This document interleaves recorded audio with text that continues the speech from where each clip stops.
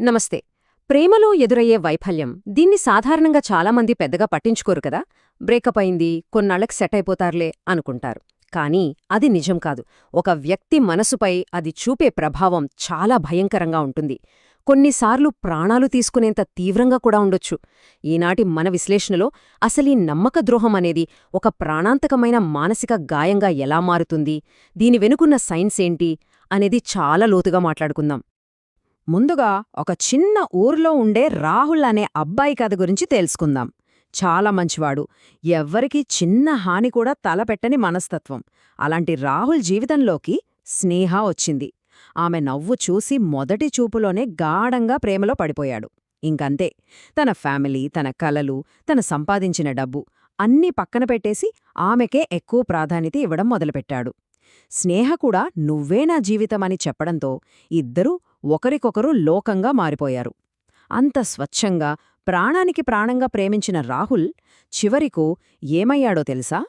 ప్రేమ నిజమైనదైతే మోసం ఉండదు అని ఒక సూసైడ్ నోట్ రాసి ప్రాణాలు వదిలాడు. అసలు అంతలా ప్రేమించిన వాళ్ల కథ ఇలా ఎందుకు ముగిసింది? ఒకసారి వాళ్ల కథను మొదటినుంచి చూస్తే, నెలల తరబడి రోజూ కాల్స్, చాట్స్, కబుళ్లతో సాగిపోయిన వాళ్ల బంధం అకస్మాత్తుగా మారిపోయింది. కొన్నాళ్లకి స్నేహా నుంచి కాల్స్ తగ్గిపోయాయి. మెసేజ్ చేస్తే రిప్లై లేదు. ఎప్పుడడిగినా బిజీ అనే ఒకే ఒక్క మాట. ఇలా కొన్ని వారాలు గడిచాక ఒకరోజు రాహుల్కి తన ఫ్రెండ్ ద్వారా ఒక నిజం తెలిసింది. స్నేహ ఇంకో అబ్బాయితో రిలేషన్షిప్లో ఉందని, రాహుల్ని కేవలం టైంపాస్ కోసం వాడుకుందని. ఆ ఒక్క మాటతో రాహుల్ గుండె ముక్కలైపోయింది.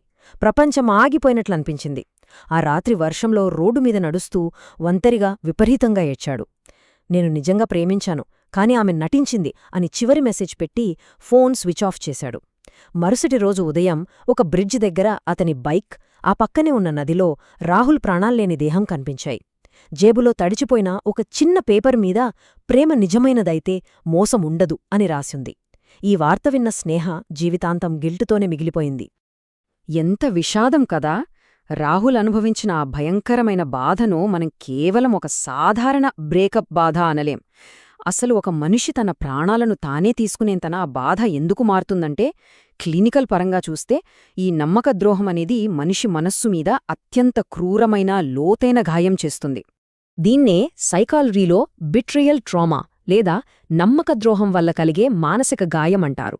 మనం ఒకరిని ప్రాణంగా నమ్మి, మన భద్రతను, మన ఎమోషన్స్ను వాళ్ల చేతుల్లో పెట్టినప్పుడు వాళ్లు హఠాత్తుగా ఆ నమ్మకాన్ని వమ్ము చేస్తే, ఆ క్షణంలో మన మానసిక భద్రతా వ్యవస్థ మొత్తం పేకమేళలా కుప్పకూలిపోతోంది. ఇది కేవలం ఒక బంధం తెగిపోవడం కాదు, ఒక మనిషి ఆత్మగౌరవాన్ని, భవిష్యత్తు మీద ఆశను పూర్తిగా నాశనం చేస్తోంది. ఇక్కడ మనం ఖచ్చితంగా తెలుసుకోవాల్సిన ఒక ఆశ్చర్యకరమైన, భయంకరమైన సైంటిఫిక్ ఫ్యాక్ట్ ఉంది. ఈ మానసిక గాయం అనేది కేవలం మనసుకే పరిమితం కాదు, ఇది శరీరాన్ని కూడా నాశనం చేస్తుంది. వినడానికి ఆశ్చర్యంగా ఉన్నా వైద్య పరిశోధనలు ఇదే చెబుతున్నాయి. అత్యంత నమ్మినవారు మోసం చేసినప్పుడు గుండెకు పగిలిన ఆ బాధను మన శరీరం ఒక భౌతిక దాడిగా, అంటే ఒక కత్తితో పొడిచినంత ప్రమాదంగా పరిగణిస్తుంది. అప్పుడు మన బాడీలో బ్రోకెన్ హార్ట్ సిండ్రోమ్ ఏర్పడవచ్చు. అలాగే కార్టిసాల్, అడ్రినలిన్ లాంటి ఒత్తిడి హార్మోన్లు విపరీతంగా పెరిగిపోయి నిరంతర నిద్రలేమికి, భయంకరమైన జీర్ణకోశ సమస్యలకు దారితీస్తాయి. ఇదంతా ఒక సైలెంట్ యుద్ధంలా శరీరంలో జరిగిపోతుంటుంది. ఒక పక్క శారీరక సమస్యలు ఇలా ఉంటే, ఇంకో పక్క లోపల రగిలిపోయే మానసిక వేదన వర్ణనాతీతం. ముఖ్యంగా యవ్వనంలో ఉన్నవాళ్లు ఈ వేదనను తట్టుకోలేరు. నిరంతరం డిప్రెషన్, ఆందోళన, ఒకటే ఆలోచన పదే పదే రావడంలాంటి సమస్యలతో నరకమనుభవిస్తారు. International journal of Indian psychology వాళ్లు చేసిన ఒక రీసెర్చ్ డేటా చూస్తే మనకొక కఠోరమైన వాస్తవం అర్థమవుతుంది. యువతలో ఎప్పుడైతే ఆత్మవిశ్వాసం పడిపోతుందో వాళ్లలో ప్రాణాలు తీసుకోవాలనే ఆలోచనలు అమాంతం పెరిగిపోతున్నాయని ఈ అధ్యయనాలు కుండబద్దలు కొట్టినట్లు చెబుతున్నాయి. అంటే నేను మోసపోయాను, నాకే ఇలా ఎందుకు జరిగింది అని ఆ గిల్ట్, ఆ బాధ వారి సెల్ఫ్ కాన్ఫిడెన్స్ని ఎంతలా ముక్కలు చేస్తుందంటే ఆఖరికి వాళ్ల జీవితాన్ని ముగించేసుకునే స్థాయికి తీసుకెళ్తుంది. ఇది ఎంతలా ఉందంటే భారతదేశంలో ప్రస్తుతం ఇదొక జాతీయ సంక్షోభంగా మారిపోయింది. నమ్మశక్యం కాని నిజమేంటంటే ప్రతి 1,00,000 మంది యువతలో సుమారు 30-40 మంది బలవన్మరణాలకు పాల్పడుతున్నారు.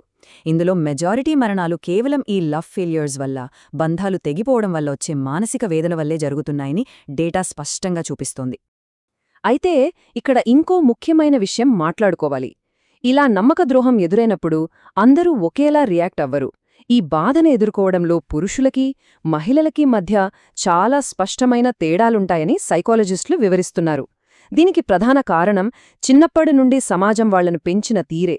ఎలాగంటే సమాజం ఎప్పుడూ మగాళ్లు ఏడవకూడదు, బాధను బయటపెట్టకూడదు అని నేర్పుతుంది కదా.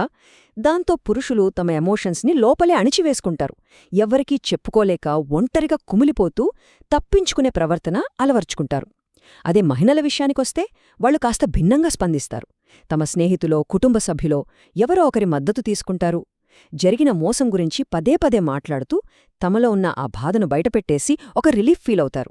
ఈ రెండు దారుల్లో దీర్ఘకాలికంగా వచ్చే ఫలితాలు ఎలా ఉంటాయో తెలుసా? పురుషులు బాధను దాచుకోవడం వల్ల ఆ క్షణానికి వాళ్లు స్ట్రాంగ్ అనిపించినా భవిష్యత్తులో వేరే ఏ కొత్త రిలేషన్ మీద వాళ్లు నమ్మకం ఉంచలేరు. శాశ్వతంగా ఎమోషనల్ గ్యాప్ వచ్చేస్తుంది. కాని మహిళలు అలా బాధను ఎక్స్ప్రెస్ చేయడం వల్ల కొంతకాలం నరకం చూసినా నెమ్మదిగా దానినుంచి పూర్తిగా కోలుకుంటారు. దీన్నే పోస్ట్ ట్రొమాటిక్ గ్రోత్ అంటారు. మునుపటి కంటే ఇంకాస్త దృఢంగా తయారవుతారు.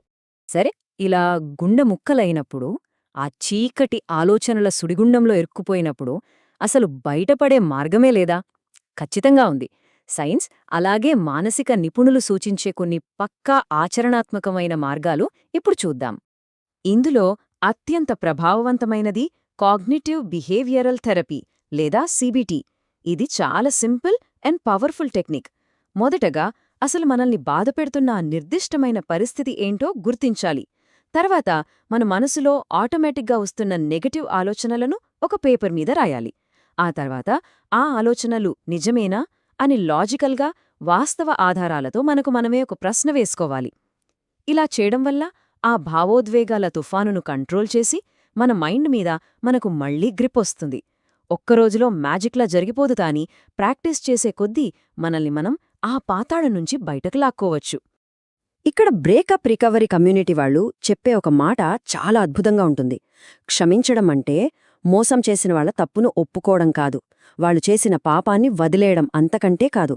క్షమాపణ అనేది మనకోసం మనం చేసుకునే ఒక ఉపకారం. మన లోపలుండిపోయిన కోపాన్ని, ఆ పగను వదిలేసి ఆ గతం తాలూకు విషం మన భవిష్యత్తును నాశనం చేయకుండా ఆ చీకటి గదులుంచి మనల్ని మనం బయటకు తెచ్చుకోవడం. సింపుల్గా చెప్పాలంటే మన ప్రశాంతత కోసం మనం తీసుకునే నిర్ణయం అది.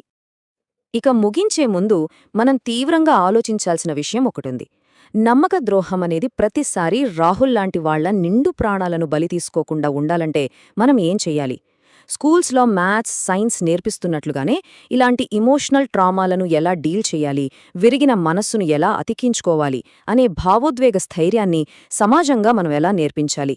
ఈ ఆలోచనను కేవలం వాళ్ల వ్యక్తిగత సమస్యగా వదిలేయకుండా ఒక సామాజిక బాధ్యతగా మార్చుకోవాల్సిన సమయం రాలేదా? ఒక్కసారి ఆలోచించండి. ఈ మార్పు ఎవరితో మొదలవ్వాలి?